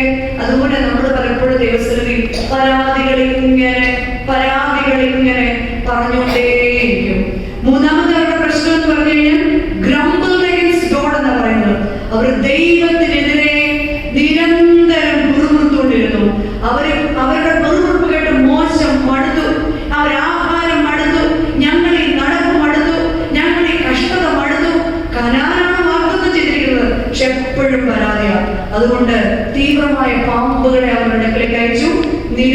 പേർ അങ്ങനെ മരിച്ചു. നാലാമത് ഭൂമി പിളർന്ന് കുറെ പേര് താഴേക്ക് പോയി. സംഖ്യാപുസ്തകം 16-ാം അധ്യായത്തില് കോരഹിന്റെ നേതൃത്വത്തിൽ 250 പേര് മോശയ്ക്കും അഹ്റോനുമെതിരെ ശബ്ദമുയർത്തി. ദൈവം തിരഞ്ഞെടുത്തവരെ ചോദ്യം ചെയ്തത് 250 പേരെ അഗ്നി ഇറക്കി നശിപ്പിക്കുകയും ഭൂമി പിളർത്തി നശിപ്പിക്കുകയും ചെയ്തു. അത്രയും പേർ വാഗ്ദത്ത ദേശം കണ്ടില്ല. അഞ്ചാമത് പറയുകയാണ്, അവർ മോശ സീനായി മലയിൽ നിന്ന് ഇറങ്ങി വന്നപ്പോൾ കാണുന്ന കാഴ്ച, സ്വർണ്ണ കാളക്കുട്ടിയെ ഉണ്ടാക്കി ദൈവജനം ആരാധിക്കുകയാണ്. ദൈവത്തെക്കാൾ ഉപരി ദ്രവ്യത്തെ സ്നേഹിക്കുന്നവരാണ് നമ്മൾ. ദൈവത്തെക്കാൾ ഉപരി ജോലിയെ സ്നേഹിക്കുന്നവരാണ് നമ്മൾ. നമ്മൾ പറയുന്ന ഒന്നിനും നേരെയില്ല. രാവിലെ ഒന്ന് വെള്ളത്തിൽ പ്രാർത്ഥിക്കാൻ നോക്കാൻ പെട്ടെന്ന് പോയില്ലെങ്കിൽ ഈ സിഗ്നലിലെല്ലാം പോയി കിടക്കേണ്ടി വരും. ട്രാഫിക് ആവുന്നതിനൊക്കെ രാവിലത്തെ പ്രാർത്ഥന നമ്മൾ എങ്ങോട്ട് വെക്കും? വൈകിട്ട് വരുന്നത് എവിടെയാണ് കട്ടിലെന്ന് നോക്കിയാണ്. വൈകിട്ട് നമുക്ക് എവിടെയെങ്കിലും ഒന്ന് ടി വി ഓൺ ചെയ്ത് വെക്കും, ഫോൺ ഓൺ ചെയ്ത് വെക്കും, അവിടെ ഇരുന്ന് ചാരി. പലപ്പോഴും എന്റെയും നിങ്ങളുടെയൊക്കെ ജീവിതത്തില് ഈ ജനത്തിന് സംഭവിച്ചത്, മിസ്രൈമിനെ അടിമത്തത്തിൽ നിന്ന് കൊണ്ടുവന്നവർ വീണ്ടും എന്ത് ചെയ്തു? അനുസരണക്കേട് കാട്ടി. ദൈവമേ, എന്റെ ജീവിതത്തില് അനുസരണക്കേട് കാട്ടാറുണ്ടോ? എന്റെ കുടുംബ ജീവിതത്തില് അപ്പൻ എന്ന എന്റെ അവകാശത്തിൽ, അമ്മ എന്ന ദൗത്യത്തിൽ, ഈ ദേവാലയത്തിൽ ഒരു വിശ്വാസി എന്ന ദൗത്യത്തിൽ കർത്താവേ അനുസരണക്കേട് ഞാൻ കാണിക്കാറുണ്ടോ? അങ്ങനെയെങ്കിൽ എന്റെ ഉള്ളിൽ പാപബോധം തരണമേ, പശ്ചാത്താപം തരണമേ, എന്റെ നിത്യജീവനിലേക്ക് നിഷേധിക്കട്ടെ എന്ന് പ്രാർത്ഥിക്കണം. 2, ഞാനൊരു കംപ്ലൈന്റ് ബോക്സ് ആണോ? ഇല്ല, പോരാ. നമ്മൾ ഇത്രയും കംപ്ലൈന്റ് ബോക്സ് ആവുന്നതിന് കാരണം എന്താണെന്നറിയോ? നമുക്കില്ലാത്തതല്ല. നമുക്കില്ലാത്തതുകൊണ്ടാണോ നമ്മുടെ സങ്കടം? ആണോ? നമ്മളിങ്ങനെ വന്ന് വിൻസെന്റിനടുത്ത് നിൽക്കുകയാണ്. അപ്പൊ വേറൊരു ആന്റി എന്ന് പറഞ്ഞാൽ ഞങ്ങൾ നെക്സ്റ്റ് വീക്കിൽ ഓസ്ട്രേലിയയിലേക്ക് പോവാണ്. പക്ഷെ ചോദിക്കും എന്താണ്? അത് മോളൊക്കെ അവിടെ സെറ്റിലായി, അവരോട് വീട് വെച്ചത് കൊണ്ട് ഞങ്ങൾ അങ്ങോട്ട് ഇവിടുന്ന് തിരിച്ചു ചെല്ലുന്നത്. നമ്മുടെ പ്രശ്നം എന്താണ്? നമുക്ക് വീടില്ലാത്തതല്ല, നമുക്ക് ജോലി ഇല്ലാത്തതല്ല, നമുക്ക് മക്കളില്ലാത്തതല്ല, ഓസ്ട്രേലിയ പോകേണ്ടതില്ലാത്തതല്ല. നമ്മുടെ പ്രശ്നം അവര് പോകുന്നതാണ് നമ്മുടെ പ്രശ്നം. അവരെ വിട്ടുപിടിക്കാൻ പറ്റാത്ത സ്നേഹമല്ല നമ്മുടെ പ്രശ്നം. നമ്മുടെ പ്രശ്നം എനിക്ക് മാത്രം അതൊന്നും എന്നാ വെച്ചാൽ നമുക്ക് ഇതൊക്കെ ഒന്ന് നമ്മുടെ മക്കളിങ്ങനെ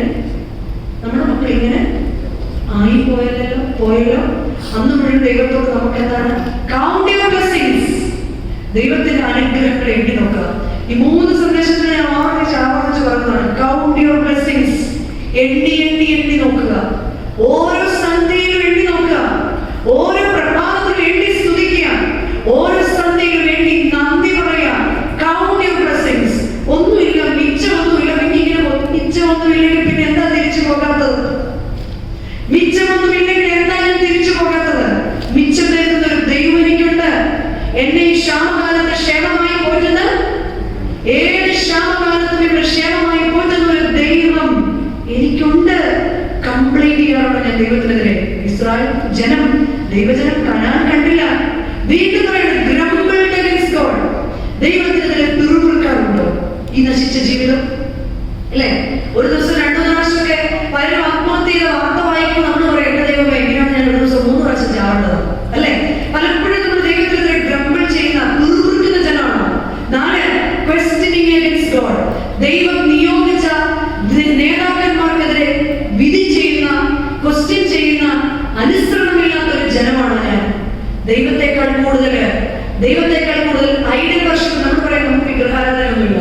പക്ഷേ ദൈവത്തെക്കാൾ കൂടുതൽ ഞാൻ എന്തിനെയൊക്കെ സ്നേഹിക്കുന്നു?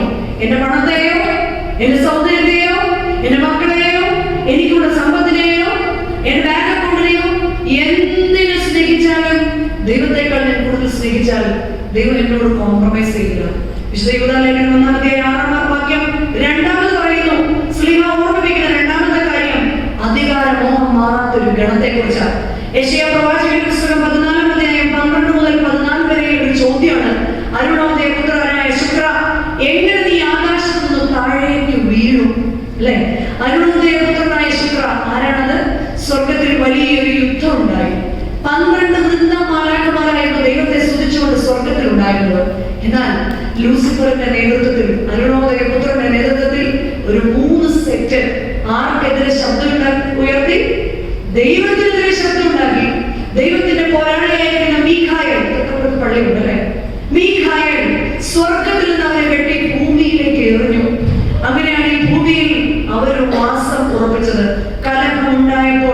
സാത്താൻ സ്വർഗം വിട്ട് ഭൂമിയിലേക്ക് വന്നു. അന്ന് തൊട്ട് സാത്താന്റെ ലക്ഷ്യം എന്ത് തന്നെയാണ്? കലഹം ഉണ്ടാക്കുക.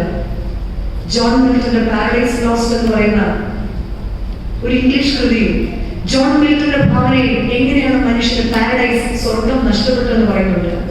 ആദ്യം ദൈവം ആകാശവും ഭൂമിയും ഉണ്ടാക്കി. ഈ ദൂതന്മാരെക്കാൾ കൂടുതൽ ഞാൻ ഒരു സ്വരൂപത്തിന്റെ സാദൃശ്യത്തിൽ എന്റെ മക്കളെ സൃഷ്ടിച്ചാൽ എന്റെ മക്കൾ എന്നെ തള്ളിപ്പറയുകയില്ലെന്ന് പറഞ്ഞാണ് ദൂതന്മാരെക്കാൾ സ്നേഹിച്ച് ദൈവത്തിന്റെ രൂപത്തിന് ഛായയിൽ നമ്മെ സൃഷ്ടിച്ചത്. ആദാമിന് പറുദീസ കൊടുത്തു. ആദാം ഏകനായിരുന്നു, നന്നലമ്മനുണ്ട് ഹൗവയെ കൊടുത്തു. ആദാമും ഹൗവയും കൂടെ ഏതൻ തോട്ടത്തിൽ കൂടെ കറങ്ങി നടന്നു. അവരെ തോട്ടം കാക്കാനും വേല ചെയ്യുവാനും ഏതൻ പറുദീസയിലാക്കി. എനിക്കും നിങ്ങൾക്കും എല്ലാം തന്ന സ്വർഗീയ പറുദീസയല്ലേ നമ്മുടെ ഓരോരുത്തരുടെയും കുടുംബങ്ങൾ. തോട്ടം കാക്കാനും വേല ചെയ്യാനും മാത്രമാണ് നമുക്കിവിടെ അധികാരമുള്ളത്. മറ്റൊന്നിനും കൊയ്ത്ത് ആസ്വദിക്കാൻ ദൈവമാണ് നമ്മളിവിടെ യോഗ്യരാക്കി തീർത്തത്. കാരണം കൊയ്ത്തിന്റെ അതിനാഥൻ കർത്താവാണ്.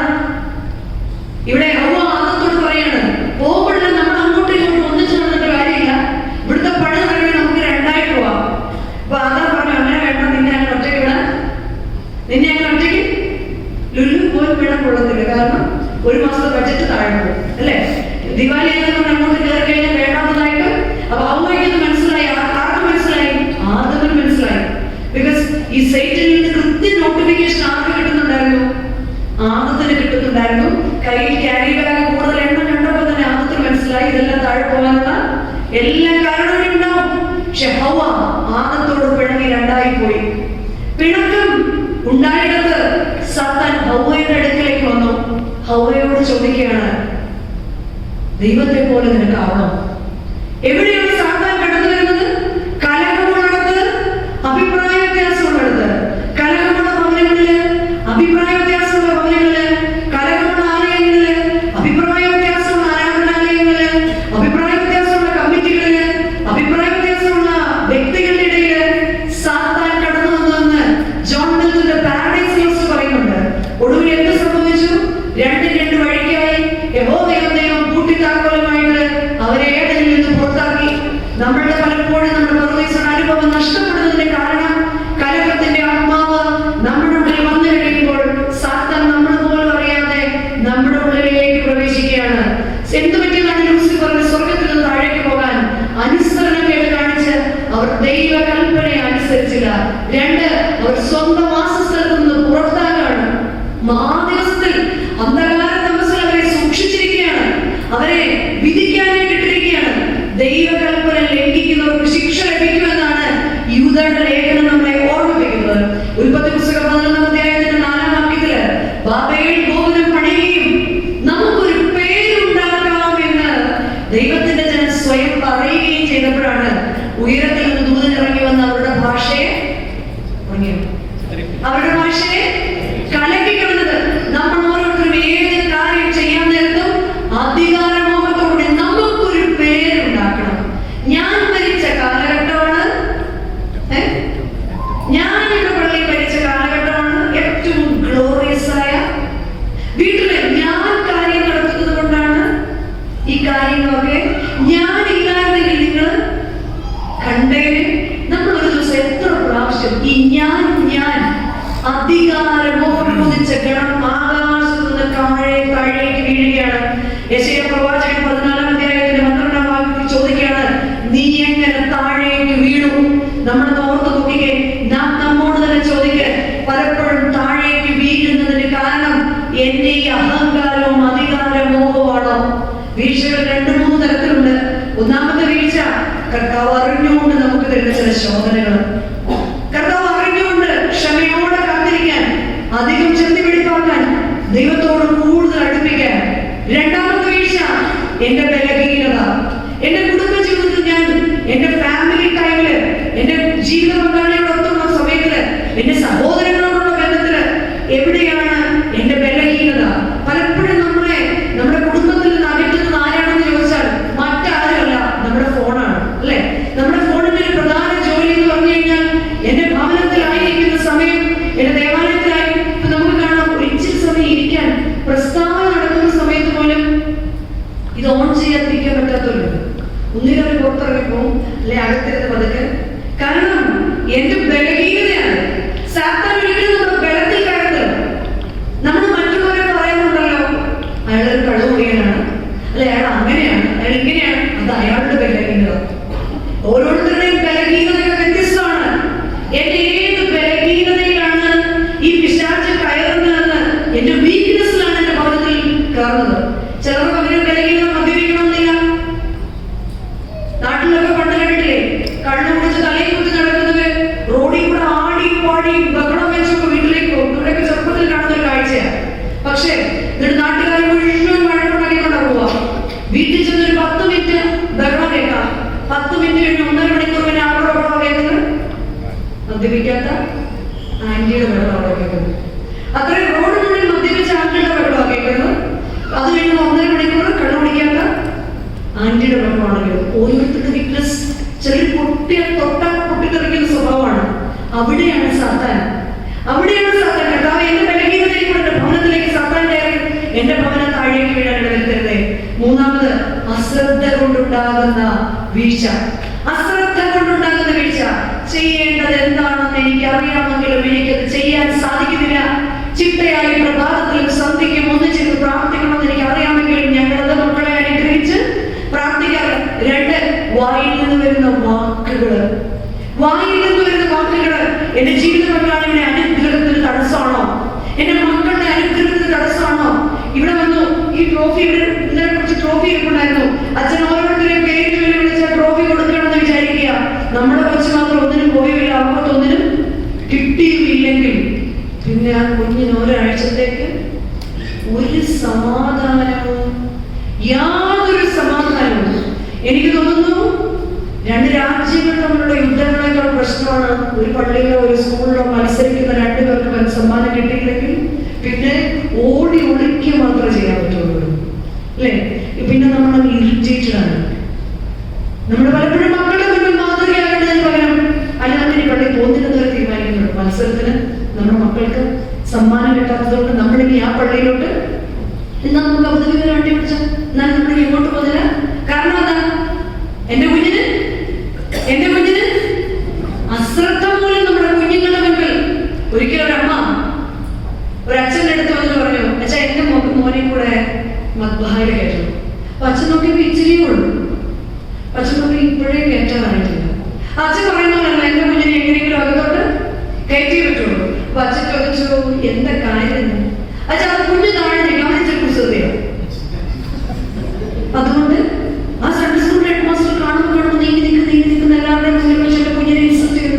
അച്ഛൻ ചോദിച്ചു, അതുകൊണ്ട് അവിടെ ആവുമ്പോൾ ആ സൈഡിലെല്ലാം ആരും കാണാൻ, അവിടെ ആവുമ്പോൾ ആ സൈഡിലെല്ലാം നമ്മുടെ കുഞ്ഞുങ്ങളുടെ ബലഹീനതകൾ, നമ്മുടെ കുറവുകളിൽ അവരെ ചൂണ്ടിക്കാണിച്ച് ഭാരം നടക്കേണ്ട വഴിയിൽ അവരെ അഭ്യസിപ്പിക്കുക. വൃദ്ധനായാലും അവരത് വിട്ടുമാറിയില്ല. അത് കുഞ്ഞുങ്ങളെ വളർത്തുന്നതിനുള്ള നമ്മുടെ അശ്രദ്ധയാണ്. നമ്മുടെ വായിൽ നിന്ന് വരുന്ന വാക്കുകൾ ഒന്ന് പറഞ്ഞ് 2 ജീവിത പങ്കാളികൾ മോശം വാക്കുകൾ ഭക്തരൊക്കെയാണ്.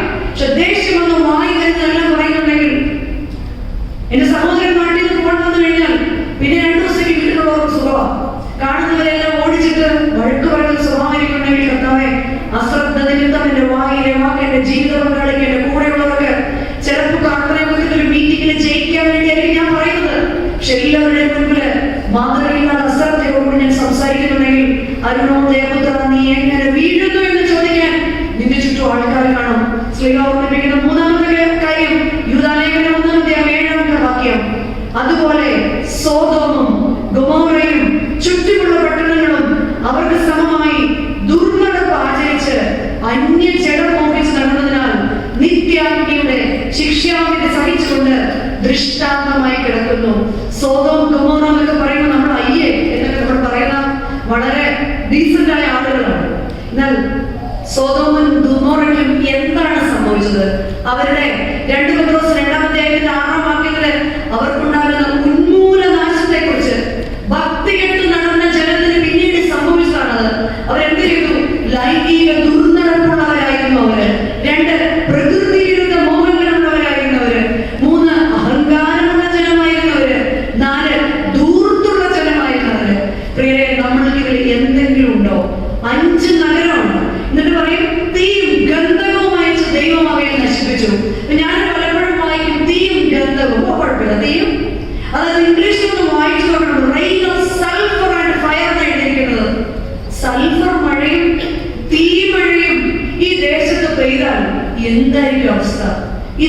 ഇല്ലാത്തൊരു ചൂട് നമ്മളെ കൊണ്ട് സഹിക്കാൻ സാധിക്കുന്നില്ല. എന്നാൽ ദേശത്ത് ഗന്ധകവും സൾഫറും തീയും കൂടെ ചേർന്ന് മഴ പെയ്ത് ദൈവം ഭൂമിയെ നശിപ്പിക്കാൻ സോദോം, ഗൊമോറ, അദ്മ, സെബോയിം, സോവർ ഈ 5 പട്ടണങ്ങൾ ദൈവം നശിപ്പിച്ചു. എന്നാൽ അതിനുവേണ്ടി അബ്രഹാം ഇടുവിൽ നിന്ന് പ്രാർത്ഥിച്ചു, നീതിമാനായ 50 പേരെ കൊണ്ടുവന്ന യഹോവയെ ഈ നഗരത്തെ വിടുവിക്കുമോ? യെസ്, യഹോവയെ ദൈവം പറഞ്ഞു. അബ്രഹാം നോക്കി, കണ്ടില്ല. വീണ്ടും അബ്രഹാം ചോദിച്ചു, 45? യെസ്, കണ്ടില്ല. 40? പക്ഷെ അബ്രഹാമിനെ കണ്ടെത്താൻ പറ്റിയില്ല. 30 അത് 20 അത് 10 നീതിമാനായ ഒരുവനെയോ ഒരുവന്റെ കുടുംബത്തെയോ അബ്രഹാമിനെ ചൂണ്ടിക്കാണിക്കാൻ സാധിച്ചില്ല. ഈ ദേശത്തിന് വേണ്ടി ഇടുവിൽ നിന്ന് പ്രാർത്ഥിക്കുമ്പോൾ നമ്മുടെ അച്ഛൻ പ്രാർത്ഥിക്കും, കർത്താവേ പ്രൊമിയോൻ സഭയൊക്കെ ചൊല്ലുമ്പോൾ പ്രാർത്ഥിക്കും, ഈ ഭൂമിയിലെ നിത്യകൂടിയായി ഞാൻ ഈ ജനത്തിനു വേണ്ടി പ്രാർത്ഥിക്കുന്നു എന്ന് പറഞ്ഞ് പ്രാർത്ഥിക്കുമ്പോൾ നീതിമാന്മാരായ എത്ര പേരെ ദൈവത്തോട് അടുപ്പിക്കാൻ, നമ്മുടെ കുർബാനയിൽ കണ്ണുനീരോടുകൂടി അടുപ്പിക്കാൻ, നമ്മുടെ അബ്രഹാമിനെ പോലെ നമുക്ക് വേണ്ടി മറ്റുള്ളവർക്ക് വേണ്ടി ഇടുവിൽ നിന്ന് പ്രാർത്ഥിക്കാൻ നമുക്ക് സാധിക്കാറുണ്ട്. ഈ ദേശത്തോട് ദൈവം ചോദിച്ചാൽ, നമ്മളോട് ദൈവം ചോദിച്ചാൽ, എന്റെയും എന്റെ കുടുംബത്തിന്റെയും പേര് അബ്രഹാമിന് കൊടുക്കാൻ സാധിക്കുമോ? നമ്മുടെ ബന്ധങ്ങളിൽ നമ്മൾ എങ്ങനെയാണ്? ഇവിടെ ലൈംഗിക ദുർനടപ്പുള്ളവരാണ് സ്വഭാവം. അത് കേൾക്കുമ്പോൾ നമ്മൾ കുറച്ചോ മോശം. ഇത് നമ്മൾ ആരാണെന്ന് അറിയണമെങ്കിൽ നമ്മുടെ ഫോണിന്റെ ഹിസ്റ്ററി ഒക്കെ ചെക്ക് ചെയ്ത് നോക്കിയാൽ മതി. നമ്മുടെ ഫോൺ നമ്മൾ താത്തു വെക്കത്തില്ല. എവിടെയെങ്കിലും താഴെ വെക്കാറുണ്ടോ? താഴെ വെച്ച പൊട്ടിത്തെറിക്കും എന്നുള്ള പേടിയാണ്. നമുക്ക് ഇത് പൊട്ടിത്തെറിക്കും, ഞാൻ തൊട്ടില്ലെങ്കിൽ എപ്പോഴും നമ്മുടെ കൂടെ കാണാം. കാരണം ഇത് താത്തു വെക്കാൻ ഒരു ധൈര്യം വേണം. എന്റെ ഫോണിന്റെ ഹിസ്റ്ററി നോക്കിയാൽ മതി ഞാൻ ആരാണെന്ന്. ലൈംഗിക ദുർനടപ്പ്, കാഴ്ച കണ്ടോ കേൾവി കണ്ടോ, ബന്ധങ്ങളിലും എന്റെ പ്രവർത്തികളിലും ഞാൻ എങ്ങനെയാണ്? ബന്ധങ്ങളിൽ എന്റെ കർമ്മങ്ങളിൽ എന്നെ നിൻ ജീവസാക്ഷിയായി നിർത്തിയിടുവാൻ എങ്ങനെയായിരിക്കണം? എന്റെ ബന്ധങ്ങളിൽ മറ്റുള്ളവരെ കുറിച്ച് മനസ്സിലുള്ള എന്റെ തോന്നൽ എങ്ങനെയാണ്? പരിപാവനാത്മാവിൻ വരദാനമെന്നിൽ പകരുന്ന സ്നേഹവും ദാനമല്ലോ. എന്റെ നടപ്പില്, എന്റെ ബന്ധങ്ങളില്, എന്റെ കർമ്മങ്ങളില് ഞാൻ എങ്ങനെയാണ്? എന്റെ അഹങ്കാരം, സ്വതമിന്റെ അടുത്ത ഭാഗമാണ് അഹങ്കാരം. ഓരോ സമയത്തും എന്റെ വായിൽ നിന്ന് അഹങ്കാര സംസാരങ്ങൾ വരാറുണ്ടോ? 3, ഞാൻ കഷ്ടപ്പെട്ടുണ്ടാക്കുന്നതാണ്. എന്നാൽ ദൂർത്ത് എന്റെ ജീവിതത്തില് എന്റെ ആത്മാവിനെ നശിപ്പിക്കുന്ന അസൂയ. ഇന്ന് എല്ലാം നമുക്ക് സഹിക്കാൻ പറ്റും. എന്താ നമുക്ക് കൺട്രോൾ ഇല്ലാത്ത സാധനം? ആത്മാവിന്റെ ക്യാൻസറാണ് ശരിക്കും അസൂയ. പലപ്പോഴും നമ്മൾ പല മാന്യന്മാരോട് നമ്മൾ പോലും അറിയാതെ മറ്റുള്ളവരെ കാർന്നു തിന്നാൻ തയ്യാറായി നിൽക്കുന്ന എന്റെ ആത്മാവിന്റെ ക്യാൻസർ. അവിടെ എല്ലാം എല്ലാ ദിവസവും നമ്മൾ പാടണം, ബന്ധങ്ങളിൽ എന്റെ കർമ്മങ്ങളിൽ എന്നെ നിൻ ജീവസാക്ഷിയായി നിർത്തിയിടുവാൻ. പാട്ടില്ലേ? പിന്നെ സിംഗിൾ സോങ് പാട്. ബന്ധങ്ങളിൽ എന്റെ കർമ്മങ്ങളിൽ എന്നെ നിൻ ജീവസാക്ഷിയായി നിർത്തിയിടുവാൻ. പരിപാവനാത്മാവിൻ വരദാനമെന്നിൽ പകരുന്ന സ്നേഹവും. ഓരോ ദിവസവും മറ്റുള്ളവരുടെ ഇടപെടുന്ന കർത്താവേ, എന്റെ ബന്ധങ്ങളിലും എന്റെ കർമ്മങ്ങളിലും എന്നെ നിന്റെ സാക്ഷിയാക്കി ഈ ദേശത്ത് നിർത്തണം. സ്ലീഹ ഓർമ്മിപ്പിക്കുന്ന അനുസരണക്കേടും, സ്ലീഹ ഓർമ്മിപ്പിക്കുന്ന അധികാരമോഹവും, സ്ലീഹ ഓർമ്മിപ്പിക്കുന്ന ഓരോ അമ്ലേച്ഛ സ്വഭാവങ്ങളും എന്നിൽ നിന്ന് മാറ്റണം. വീണ്ടും 4ാമത് പറയുകയാണ്, 1-ാം അധ്യായം 9-ാം വാക്യം യൂദാ ലേഖനത്തില്. എന്നാൽ പ്രധാന ദൂതനായ മീഖായേൽ മോശയുടെ ആത്മാവിനെ കൊണ്ടുപോകുവാൻ വേണ്ടി ശരീരത്തെ കുറിച്ച് പിശാചിനോട് തർക്കിച്ച് വാദിക്കുമ്പോൾ ഒരു ദൂഷണ വിധി ഉച്ചരിക്കാതെ കർത്താവ് നിന്നെ ഭത്സിക്കട്ടെ എന്ന് മാത്രം പറഞ്ഞതേയുള്ളൂ. പക്ഷെ നമുക്കൊരിടത്ത് ജയിക്കാൻ വേണ്ടി അങ്ങനെ ഒറ്റ വാക്കുകൾ കൊണ്ടൊന്നും നമ്മള് പറഞ്ഞ് 1972 മുമ്പ് ഒന്ന് പുറകോട്ട് എണ്ണി എന്നിട്ട് നമ്മൾ എണ്ണി സ്തുതിച്ചു പാടും. പക്ഷെ എണ്ണി പറയാൻ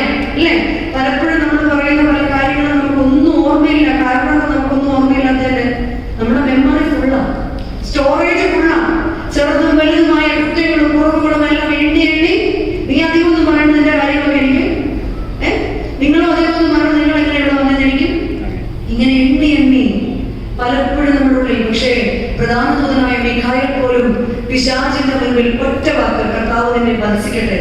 എന്നാൽ ദുരുപദേശക്കാരെ കുറിച്ച് പറയുകയാണ്, തങ്ങൾ അറിയാത്തതെല്ലാം അവർ ദുഷിക്കുന്നു. 2, ബുദ്ധിയില്ലാത്ത മൃഗത്തെ പോലെ സ്വാഭാവികമായി ഗ്രഹിക്കുന്നതിനൊക്കെ തങ്ങളെ തന്നെ വഷളാക്കുന്നു. യൂദാലേഖനം 1:9 പറയാണ്, തങ്ങൾ അറിയാത്തതിനെല്ലാം ദുഷിക്കുന്നു. നമ്മളും അങ്ങനെയാണല്ലേ? അറിയാത്ത ഏത് കാര്യങ്ങളിലോ അത് നമുക്ക് ഇഷ്ടമല്ല. കാരണം നമുക്കത് എന്താണെന്ന് പോലും അറിയത്തില്ല. പക്ഷെ നമുക്കില്ലാത്തതുകൊണ്ട് അതെല്ലാം ചീത്തയാണ്. 2, ബുദ്ധിയില്ലാത്ത മൃഗത്തെ പോലെ സ്വാഭാവികമായി ഗ്രഹിക്കുന്നതിലൊക്കെ നമ്മൾ ജ്ഞാനികൾ.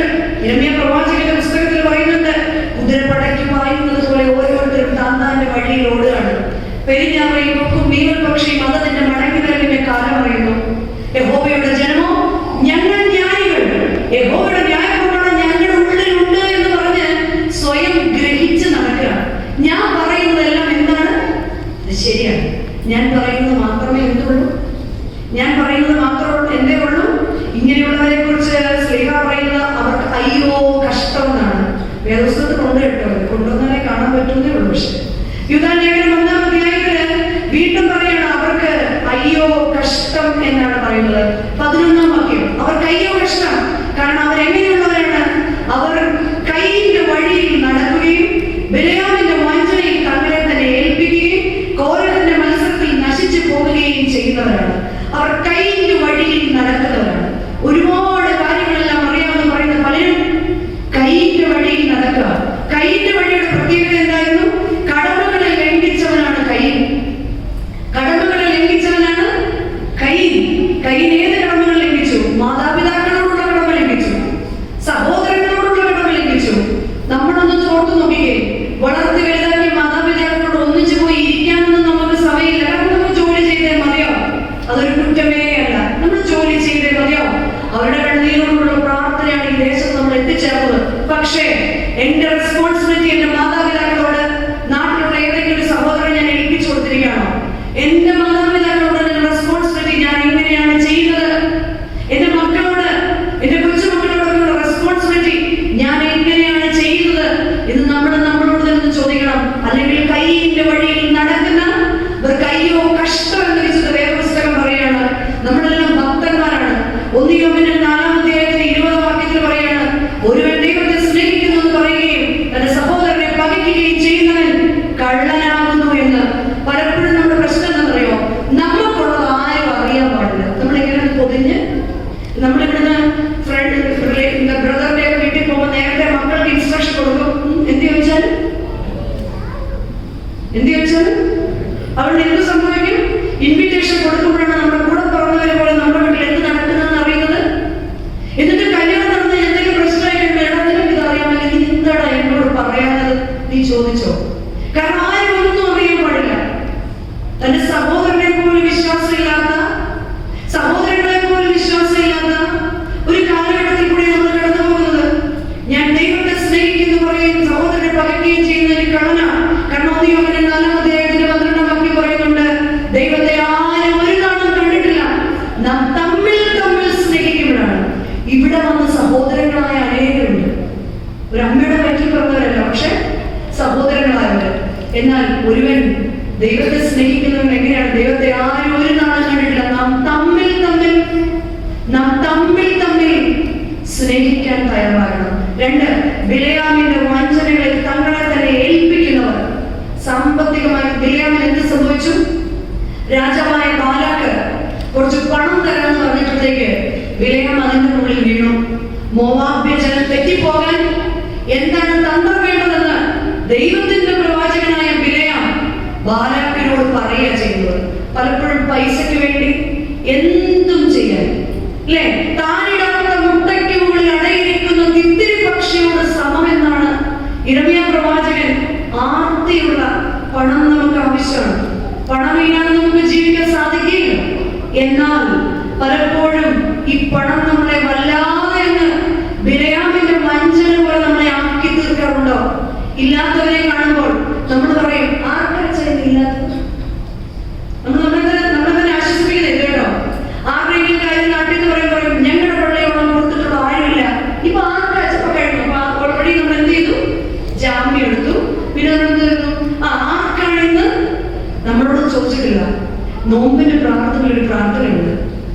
വിധക്കാരൻ പണിയായുധവുമായിട്ട് വയലിനെ അന്വേഷിച്ച് ചെല്ലുന്നത് പോലെ ആവശ്യക്കാരനെ അന്വേഷിച്ചു ചെന്ന് അവന്റെ കാര്യാദികളെ നടത്തി കൊടുക്കാൻ ദൈവം നിന്നെ ഏർപ്പെടുത്തിയിരിക്കുന്നു എന്ന്.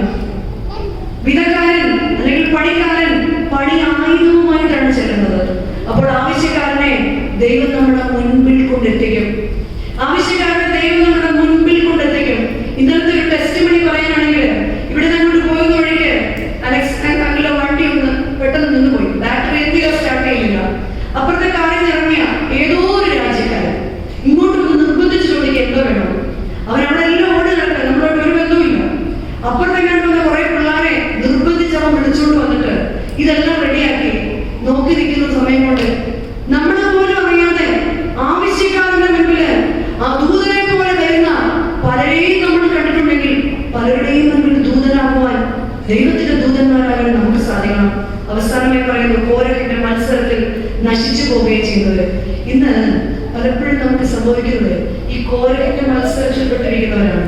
സംഖ്യാപുസ്തകം 16-ാം അധ്യായം കോരഹും ദാഥാനും അബീരയും ചേർന്ന് 250 പേരെ സംഘടിപ്പിച്ചു. എന്നിട്ട് അവർ തമ്മിൽ ചോദിച്ചു, ഈ മോശ എന്ന് പറയുന്നത് ഇത്ര വലിയ ആളാണ്, അഹറോൻ ഇത്ര വലിയ ആളാണോ?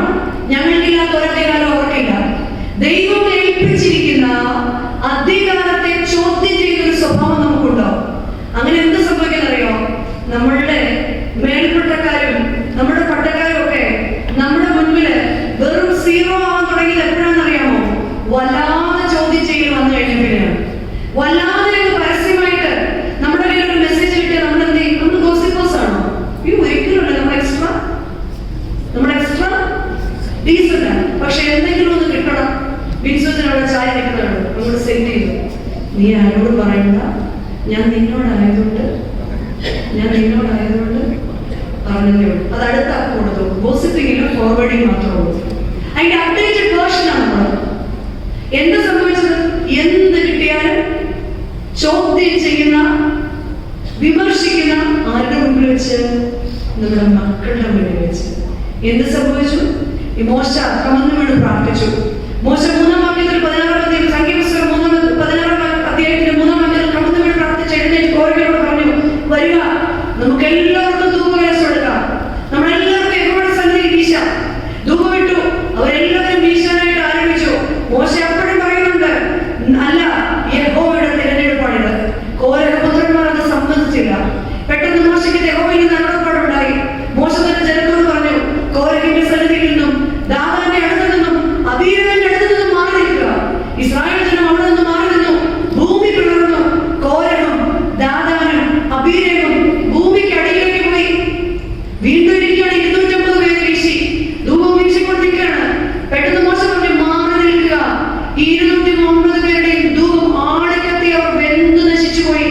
പലപ്പോഴും നമ്മുടെ അനുഗ്രഹം വെന്ത് നശിക്കാനുള്ള കാരണം നമ്മുടെ വിശ്വാസത്തെ ദൈവമാക്കി വെച്ചവരെ, കുറവുകളോടുകൂടി കുറ്റങ്ങളോടുകൂടി ദൈവം തിരഞ്ഞെടുത്തവരെ ചോദ്യം ചെയ്യുന്ന സ്വഭാവം നമ്മളിൽ ഉണ്ടാകുമ്പോൾ ന്യായമല്ലാത്തതിനാണെങ്കിൽ തീർച്ചയായിട്ടും കോരഹപുത്രന്മാരുടെ വഷളത്വം നമ്മളിലുണ്ട്.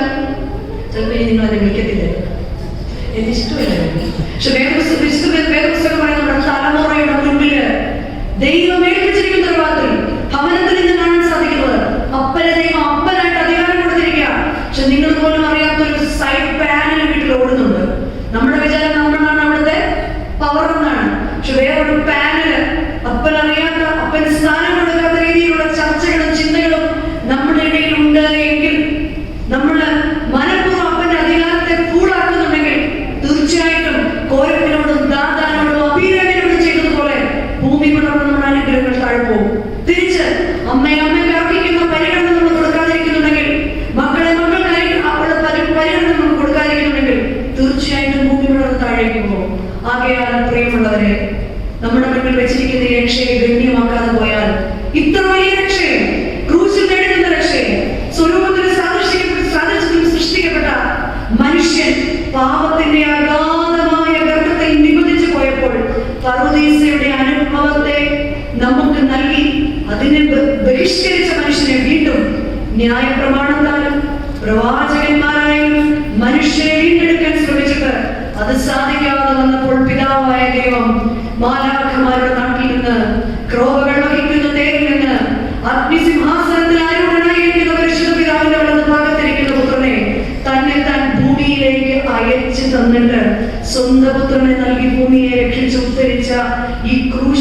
കാൽവരിയിലെ രക്ഷയെ ഇനിയും ഗണ്യമാക്കാതെ പോയാൽ, ഇനിയും അതിനെ തെറ്റി ഒഴിയാമെന്ന് വിചാരിച്ചാൽ, ഇവിടെ പറയുകയാണ് വിശുദ്ധ യൂദയുടെ ലേഖനത്തിൽ നമ്മളോട് പറയാണ്, എന്താണ് നമ്മുടെ മുന്നിൽ പറഞ്ഞിരിക്കുന്നത്? ഇങ്ങനെയുള്ള ജനമുണ്ട്, അവരുടെ മുന്നിൽ നമ്മൾ ആത്മീയ വർധനവുള്ളവരായി തീരണം.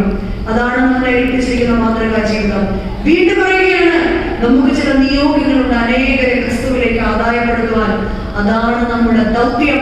നാം ഒഴുകി പോകാതിരിക്കേണ്ടതിന് അറിഞ്ഞിട്ടും വീണ്ടും തെറ്റിയ 4 കാര്യങ്ങൾ ഓർമ്മിപ്പിച്ചു. ആർത്തി മാറാത്ത ജനം. ആ ജനത്തിന് സംഭവിച്ചതുപോലെ പ്രിയരെ നമുക്ക് സംഭവിക്കാതിരിക്കാൻ, നമുക്ക് നേടുന്ന രക്ഷയുടെ അനുഭവത്തിൽ നമുക്ക് ജീവിക്കാം. അധികാരമോഹം മാറാത്ത ഗണം, പിടിച്ചെടുക്കുന്ന സ്വഭാവത്തിൽ നിന്ന് വിട്ടുകൊടുക്കുന്ന സ്വഭാവത്തിലേക്ക് കർത്താവെ ഞങ്ങളെ ആക്കി തീർക്കണേ. അനുസരണക്കേടും അജ്ഞതയുമുള്ള ജനം, കൈയിന്റെ വഴിയിൽ നമ്മുടെ തലമുറ നടക്കാതിരിക്കാൻ, വിലയാമിന്റെ വഞ്ചനയിൽ ഞങ്ങൾ വീണു പോകാതിരിക്കാൻ, വീണ്ടും കോരഹിന്റെ മത്സരത്തെ പോലെ മത്സര ഗൃഹമാകാതിരിക്കാൻ, നമ്മുടെ മുന്നിൽ വെച്ചിരിക്കുന്ന രക്ഷയെ നേടിയെടുക്കുവാൻ തക്കവണ്ണം നമ്മുടെ തലമുറയുടെ മുന്നിൽ മാതൃകയാൻ, എന്നെ ഭൂമിയിലാക്കി വെച്ചിരിക്കുന്ന ദൈവത്തിന്റെ സന്നിധിയിൽ കണ്ണുനീരോടുകൂടി അനുദിനം അടുത്ത് ചെല്ലുവാൻ ദൈവത്തിന്റെ പരിശുദ്ധാത്മാവ് നമ്മളെ സഹായിക്കട്ടെ. ദൈവം നമ്മുടെ ഉള്ളിലാകണം. മക്കളോട് നമ്മൾ പറഞ്ഞു കൊടുക്കണം, മക്കളെ, വെളിച്ചമായ അപ്പനും അമ്മയും ഉണ്ടെങ്കിലും വെളിച്ചമായ ദൈവം നിന്നോട് കൂടെ ഇരിക്കണം. കാരണം രവീന്ദ്രനാഥ ടാഗോർ പറയുന്നുണ്ട്, വെളിച്ചം നിന്റെ മുൻപിൽ വന്നാൽ നിഴൽ പിന്നിൽ വന്ന് പിടിക്കും. അങ്ങനെയല്ലേ? നിഴൽ അങ്ങനെയല്ലേ? വെളിച്ചം പിന്നിൽ നിന്നാൽ നിഴൽ മുന്നിൽ നിന്ന് പിടിക്കും. എന്നാൽ വെളിച്ചം നിന്നിലായാൽ നീയുമില്ല, നിഴലുമില്ല, വെളിച്ചം മാത്രമാണുള്ളത്. സത്യ വെളിച്ചമായിരിക്കുന്ന ദൈവത്തിന്റെ വചനം, ആ വചനത്തിന്റെ പ്രസക്തി ജീവിതത്തിൽ പ്രാവർത്തികമാക്കുവാൻ തലമുറയോളം ദൈവം നമ്മളെ